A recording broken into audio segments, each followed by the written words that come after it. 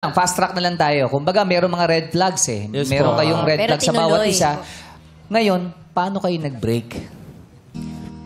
February, hindi Tsaka po kami. naka 10 months pa kayo, ha?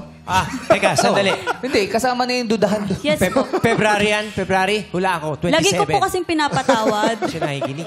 Ano na? Lagi ko pong pinapatawad. Lagi mong pinapatawad. Yes po, kasi akala ko nga po, babawi. Ay, sabi niya po kasi lagi sa akin, babawi po siya, magbabago, ganun. Eh, wala din pong nangyayari. Lagi po, paulit-ulit na lang po yung kasalanan niya.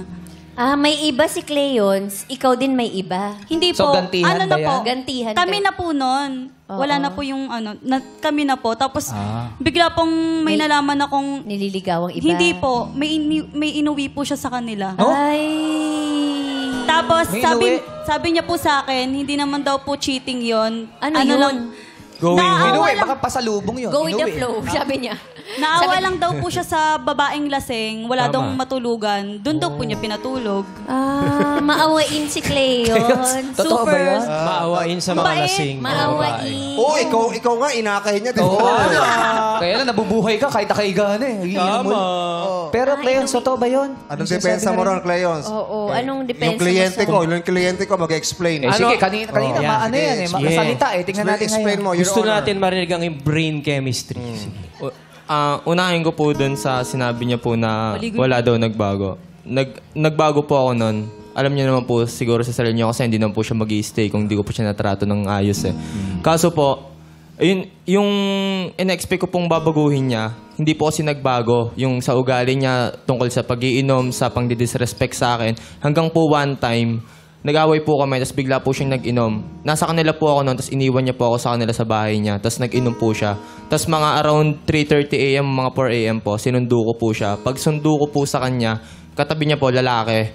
Tapos yung lalaki po, pagdating ko, talagang algigi po yung lalaki, bigla siyang umusod, biglang lumayo. Tapos kinakausap ako, tinotropa ako na, pre, lasing na yung girlfriend mo, sunduin mo na, gano'n. Tapos ako, hindi ko po siya kinakausap. Tapos lasing na lasing po si Renalyn. Hinatid ko po, sinundo ko po, tapos umuwi po kami sa kanila. Tapos bigla po siyang sabi niya sa akin, buti pa si ganto, mahal ako. Buti pa si ganto, may paki sa nararamdaman ko. Biglaan niya po akong pinagkukumpara dun sa lalaking katabi niya po nung gabing yon. Na sinasabi niya, lahat po kinukumpara niya po talaga. Tapos ako po, sobrang confused po ako that time kasi lasing na lasing po siya, so hindi ko po siya makausap. Pinapakinggan ko po lahat ng sinasabi niya, dire-diretso po siya. Sinasabi niya sa akin na buti, sana daw, ayun na lang daw. Kasi ayun daw, may paki daw sa So, nararamdaman niya. yung sinasabi ni Rena na meron kang inuwing babae sa bahay mo, ano yung gumaganti ka ba doon sa nakita mo yan? Opo. Saan nagkaganti? Grabe naman ganti mo. Inaamin ko naman po yun. Kasi po, yung relasyon po namin, naging toxic na din po talaga.